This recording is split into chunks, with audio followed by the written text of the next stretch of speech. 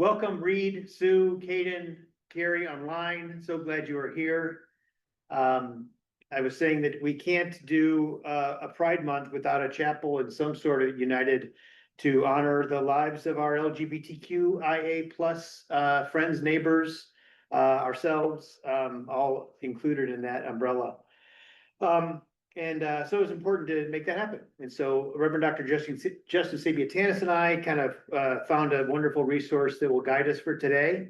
We're going to read that in the room, as I said before when we were muted. And I invite the folks online to kind of treat this as a Lectio Divina exercise. Think about what words or phrases pop up for you. Have a paper, pen, computer, pad, something that will kind of chart that course, and we will listen carefully with our ears as our primary source today in this work. And then afterwards, we'll have just a little bit of reflection discussion afterwards and close. Is that fair? So if you're willing and able around the room to just kind of walk around this experience, and we will speak the unbolded words as individuals and the bolded words as a group. And because we're using one speaker, it should come clearly to our people online, which hopefully helps, right? So thank you again for being here. And I'll begin and we'll just go this direction as we counterclockwise the world.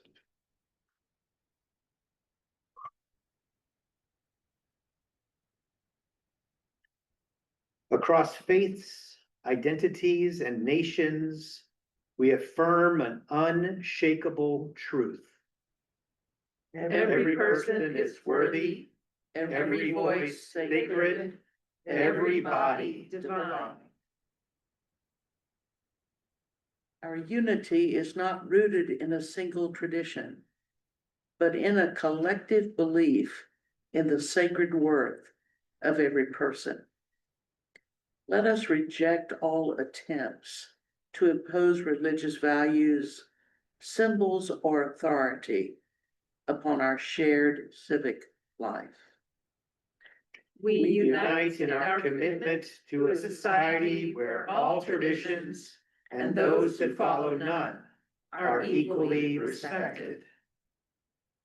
When forces seek to divide, erase, and harm, we stand as one. Rooted in justice, driven by love, committed to liberation. We are called to embrace joy as resistance, to dance, to celebrate, to live boldly. In a world that weaponizes despair, joy is our defiance, our strength, our sustenance.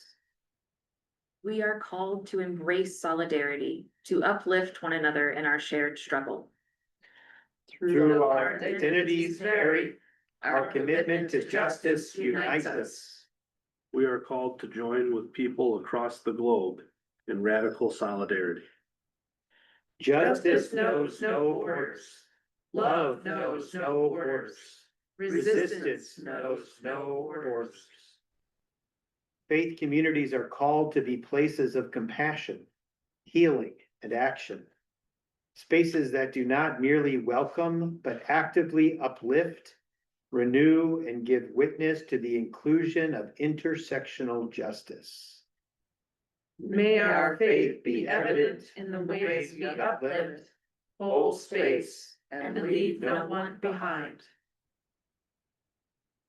We are called as faith leaders to unite in advocacy and care, making visible the lives of those under attack, providing education on trans and non-binary realities, human sexuality, and non-violent social change, and challenging the systems that increase vulnerabilities to harm and violence.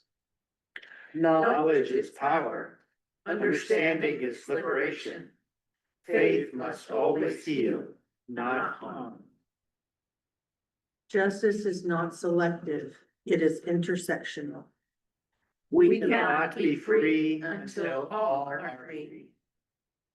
We are called as faith leaders to amplify trans theologians whose voices, wisdom, and spiritual insights must not remain in the shadows.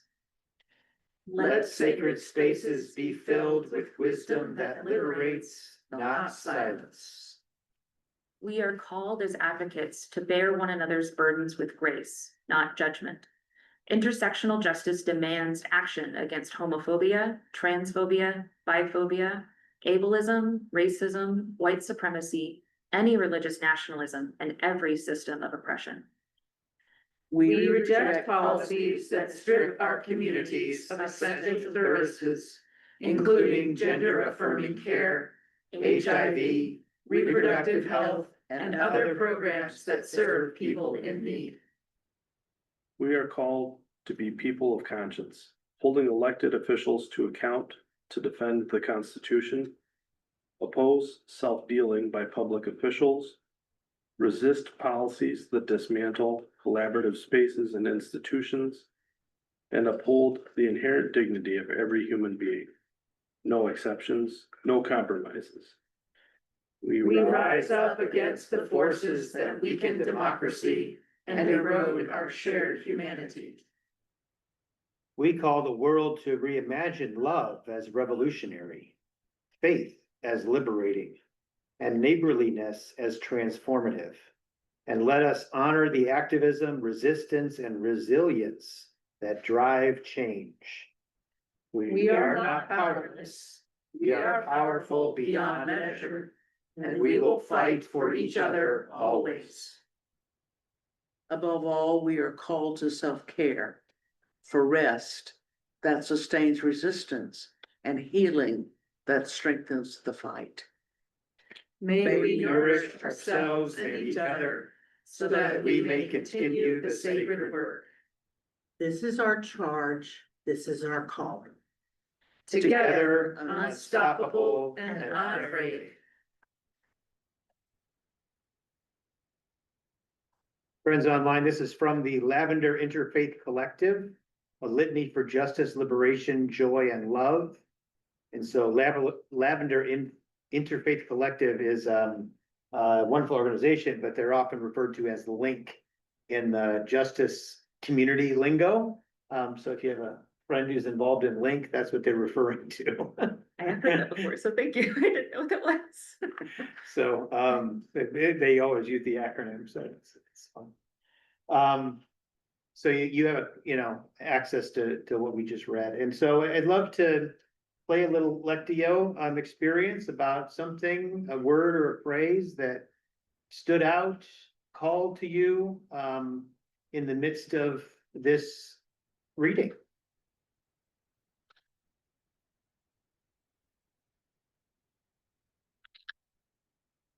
I liked the combination of putting together in the first part, let us reject all attempts to impose religious symbols, values, and authority on our shared civic life, and then to, at the same time, strengthen religious communities and theologians as non-religious as well. And I just think that's kind of a good combination to clarify that. Excellent.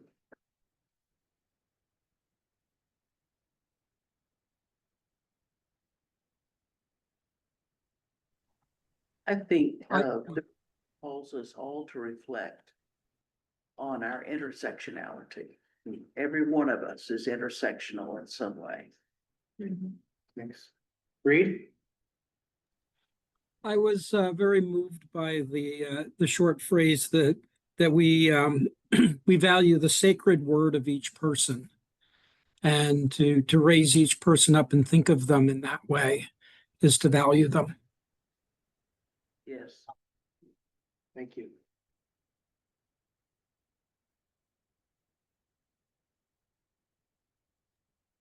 Unshakable. Unshakable. Thank you, Sue. Embrace joy as resistance.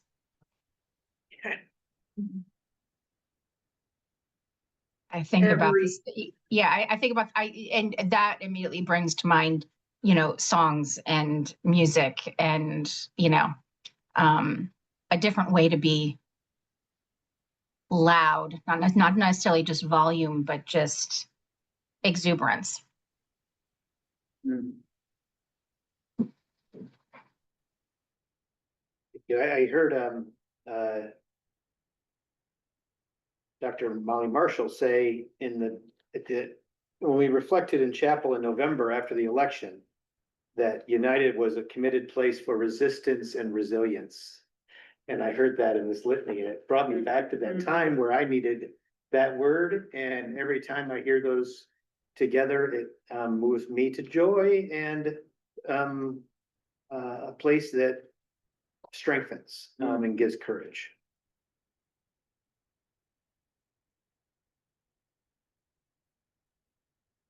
I like the, may our faith be evident. Mm.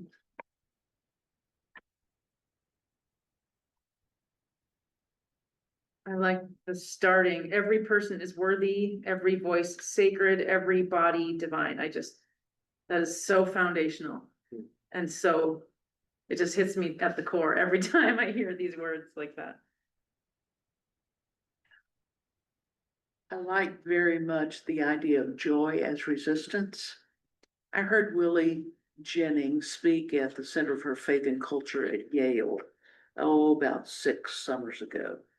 Talked about his family, sharecroppers who had moved to Michigan, just dancing above the poverty line. And joy was something we had to work at. And it became our way of flourishing. And so more than this feeling of ebullience, joy is this practice that one pursues. And of course, I love Greek, where chara, joy, charis, grace, are absolutely intertwined. And so joy is a graceful expression of the indwelling of God's Spirit.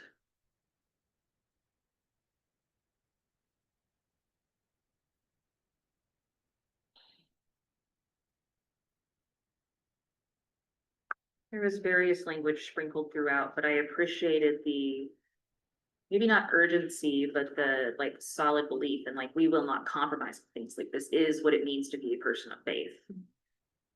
Yes.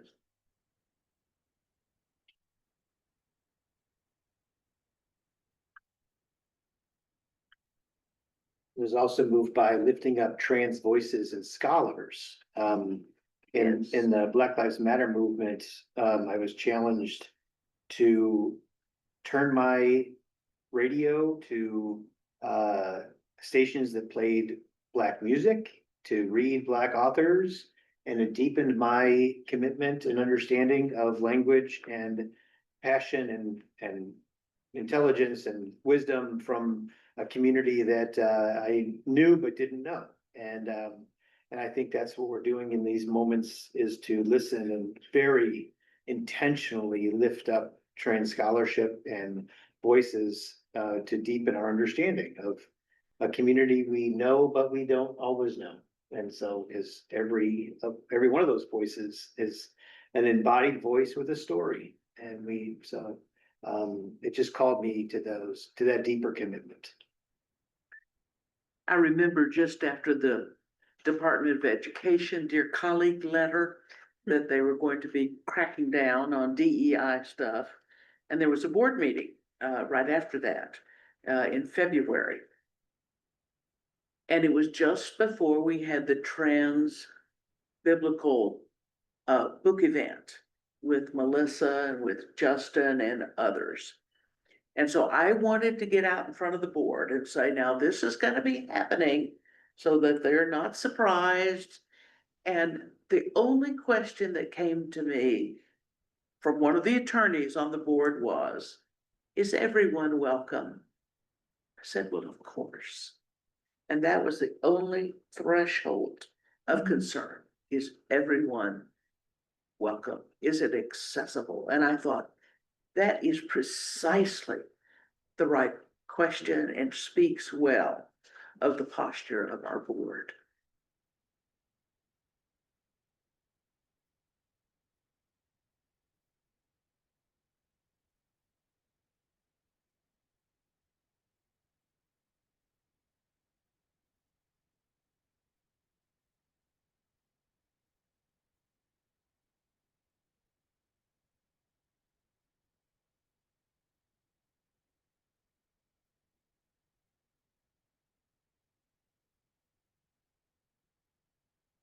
I like the meditatio part of Lectio Divina as well, like what else is bubbling up, and with the idea of these words are coming to us personally, right, like to our lives. Is there anything in the oratio part of Lectio that calls you to do something? Like what is the action that you're moving towards? In some places they call that what's the prayer, the longing that is moving in your heart. But what's happening in the what are we being called to do in this day to honor and listen to trans voices, and what's something tangible there? So I'm already working in ministry. I work in youth ministry and have a number of teens that fall under my purview that fall into, you know, trans, non-binary, queer, etc. One of them being one of my own children. And some of the words that I picked up were shared, stand as one. You know, it's that whole thing of power in numbers. It doesn't have to be me that is personally affected by this. It's not about me. It's about our community. It's about the greater piece. And there's no one person that has to stand alone and fight this alone and fight for whatever they need. And that's been a huge piece of my ministry here. Yes. In this messy office. But you know, in this space that I'm sitting right now. So that unity shared and stand as one, that's my call to keep on doing what I'm doing. Thank you, Carrie. Yeah. I think what I feel called to is a combination of may our faith be evident in the ways we uplift, hold space, and leave no one behind. So like living and speaking, explicitly speaking to that this is faith, rooted in faith. And then let sacred spaces be filled with wisdom that liberates, not filled with silence. And I would actually twist that a little bit to say, let civic spaces, not just sacred spaces, be filled with wisdom that liberates. Yeah. And I like that's what, I have to be out there in public, being public about my faith and what it is, that it is rooted in justice.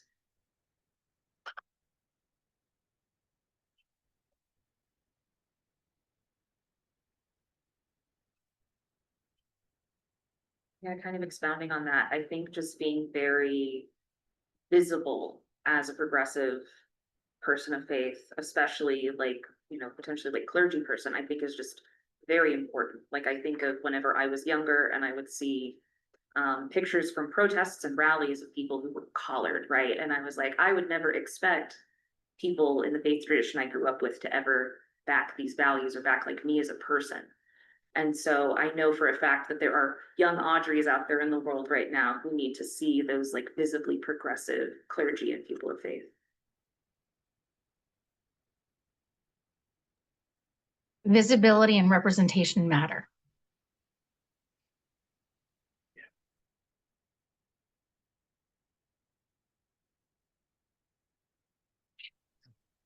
That is calling me is to action is being community ministry slash chaplaincy role of just being with people who are affected and hearing their stories, because we don't often get to tell and or hear them.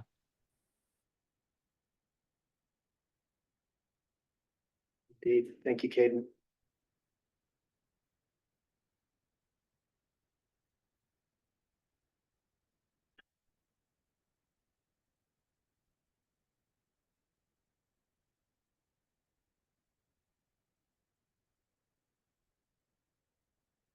I think about parents trying to navigate hard decisions with children.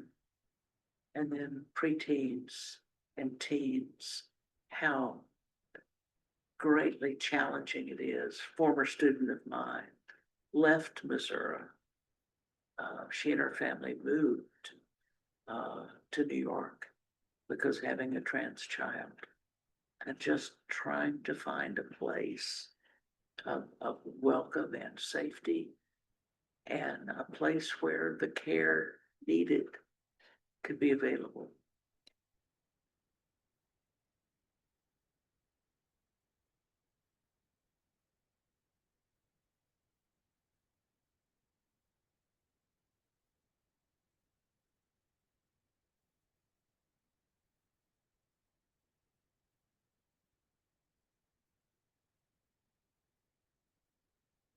I think related to that, there's also the element of feeling called to be uncomfortable.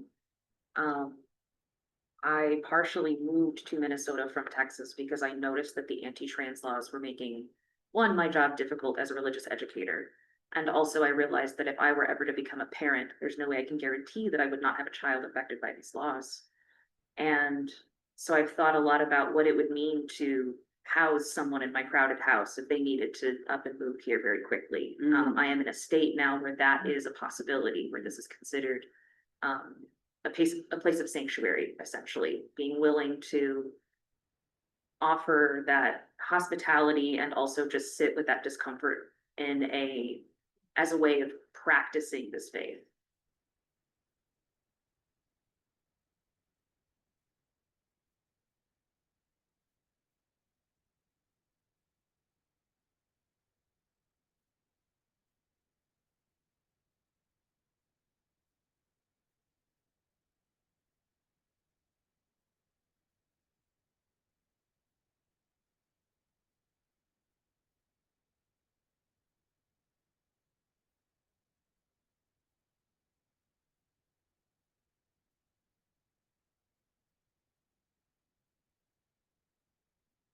I think of the students I have at United who are training to be chaplains in the military.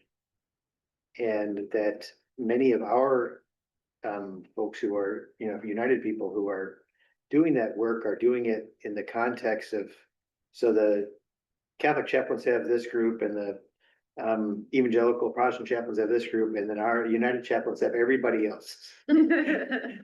The Buddhists and the Muslims and everyone, the people of any faith and no faith.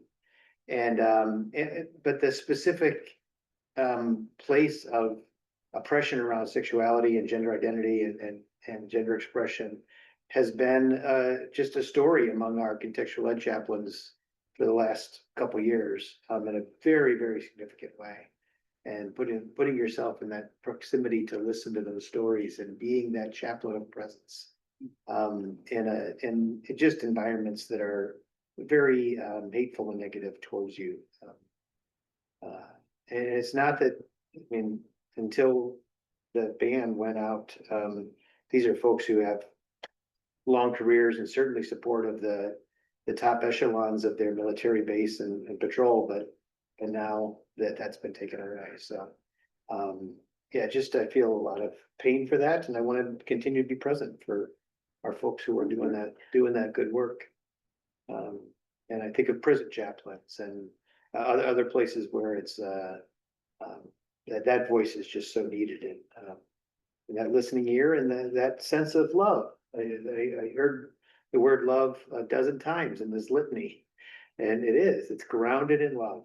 And so that's my call to action all the time.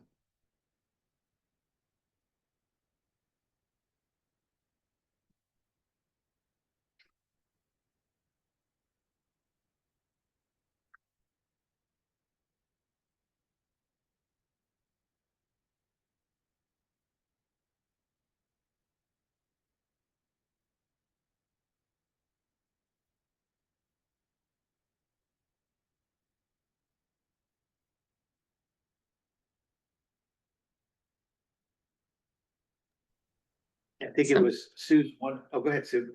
Go ahead. I was just gonna say, I've really have been focusing my actions on self-care with a lot of accountability and responsibility prior in my life, and just recognizing where I've experienced trauma and healing from that so that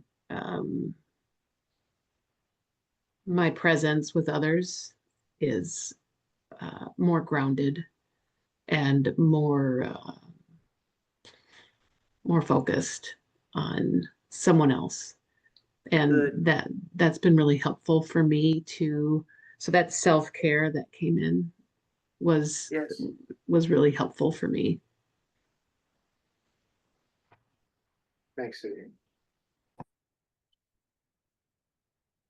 I was gonna say, I wanted to kind of coalesce this with, the word you brought up earlier as calling to you was intersection, right? And that's part of, I mean, this weekend is the No Kings rallies in different places all over the country. There's an intersectional element to that experience. We don't want fascism and tyranny to control our lives, and nor does anyone else. You know, whatever your story is, it's a sacred story. And doing intersectional justice around all the list of things of, from ableism to, gender to race to sexism to all the forms that are under the umbrella that patriarchy continues to use to divide people, is part of what we're about. And so, so let us all kind of take that intersectionality and just remember that the queer community, the trans community specifically, is in need of people to listen and honor and hold those sacred stories in a deep way, in this time and place. And so I want to thank the good folks, the Link Collaborative, that created this for us. I hope you all found it at home online, that you have a resource there that you can use in your communities as well. Yeah, go in with blessing and peace in these days. We're going to come back for chapel in 3 weeks after the reading week on July 3rd with a chapel on the Interdependence Day celebration of that weekend. So we're going to talk about interdependence on July 3rd to gear us up for this holiday that sometimes forgets who we are. Right. So thank you all for coming, and blessings on your day and in the weeks to come. Thank you. So keep up the good work. Lot to think about.